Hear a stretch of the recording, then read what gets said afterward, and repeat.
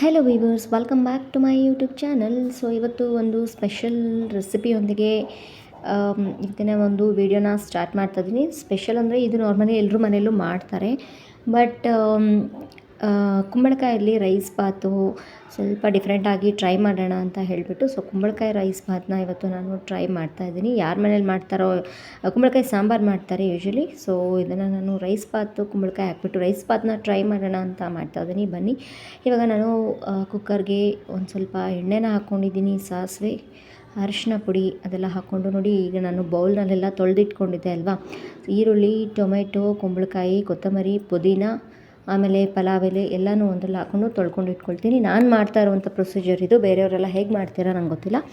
So ನಾನು ಈ ಥರನೇ ಮಾಡ್ಕೊಳ್ಳೋದು. ಎಲ್ಲ ಫಸ್ಟ್ ಒಂದು ಸತಿ ಒಂದು ಬೌಲ್ನಲ್ಲಿ ಹಾಕಿ ತೊಳೆದಿಟ್ಕೊಳ್ತೀನಿ. ಸೊ ಒನ್ ಬೈ ಒನ್ ನಾನು ಕುಕ್ಕರ್ನಲ್ಲಿ ಹಾಕ್ಕೊಳ್ತಾ ಹೋಗ್ತಾ ಇದ್ದೀನಿ. ಸೊ ಈರುಳ್ಳಿ ಸ್ವಲ್ಪ ಕೆಂಪಗಾಗಬೇಕು. ಸೊ ಈರುಳ್ಳಿ ಮತ್ತು ಟೊಮೆಟೊ ಒಂದು 2 ಮಿನಿಟ್ಸು ಫ್ರೈ ಆಗಬೇಕಾಗತ್ತೆ. ಸೊ ಒಂದು ಸ್ವಲ್ಪ 2 ಮಿನಿಟ್ಸ್ ಫ್ರೈ ಆದ ತಕ್ಷಣ ಒಂದೊಂದನ್ನೇ ನಾನು ಇವಾಗ ಆ್ಯಡ್ ಮಾಡ್ಕೊಳ್ತಿದ್ದೀನಿ. ಒಂದೊಂದೇ ನಾನು ಹಾಕ್ಕೊಂಡು ಫ್ರೈ ಮಾಡ್ಕೊಳ್ತಾ ಇದ್ದೀನಿ.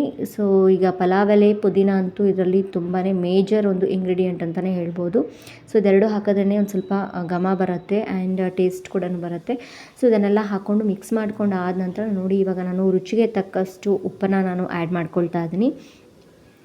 ನೀವು ನೋಡ್ತಾ ಇರ್ಬೋದು, ರುಚಿಗೆ ತಕ್ಕಷ್ಟು ಉಪ್ಪು ಆ್ಯಡ್ ಮಾಡ್ಕೊಳ್ತೀನಿ.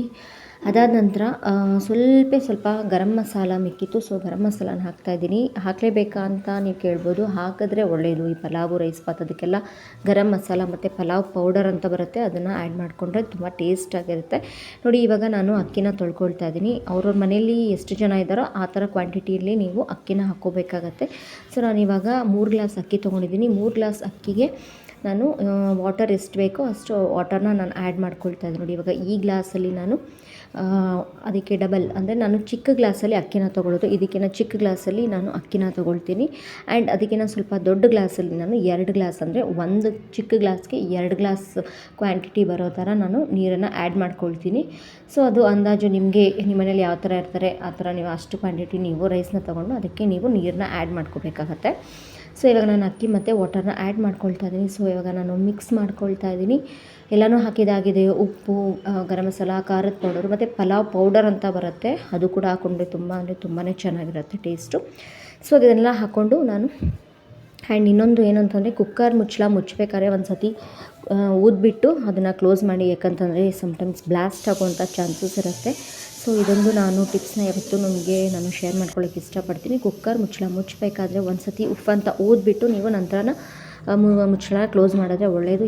ಇವಾಗ 2 ವಿಸಿಲ್ಸ್ ಆದಮೇಲೆ ನಾನು ಓಪನ್ ಮಾಡಿ ನೋಡ್ತಾ ಇದ್ದೀನಿ. ನೋಡಿ, ಇವಾಗ ಎಷ್ಟು ಚೆನ್ನಾಗಿ ಬಂದಿದೆ ಈ ಕುಂಬಳಕಾಯಿ ರೈಸ್ ಬಾತ್. ನೀವು ನೋಡ್ತಾ ಇರ್ಬೋದು. ನೀವು ನಾರ್ಮಲಿ ಯಾವ ಥರ ರೈಸ್ ಬಾತ್ ಮಾಡ್ತೀರೋ ಅದೇ ಥರನೇ ಮಾಡುವಂಥದ್ದು. ಪಲಾವು, ರೈಸ್ ಬಾತ್ ಮಾಡ್ತಿರಲ್ಲ ಅದೇ ಒಂದು ಇಂಗ್ರೀಡಿಯೆಂಟ್ ಎಲ್ಲ ಹಾಕ್ಬಿಟ್ಟೇ ಮಾಡುವಂಥದ್ದು. ಬಟ್ ಇದಕ್ಕೆ ಎಕ್ಸ್ಟ್ರಾ ಒಂದು ನಾನು ಆ್ಯಡ್ ಮಾಡ್ಕೊಂಡಿರೋವಂಥದ್ದು ಕುಂಬಳಕಾಯಿ ಮಾತ್ರ.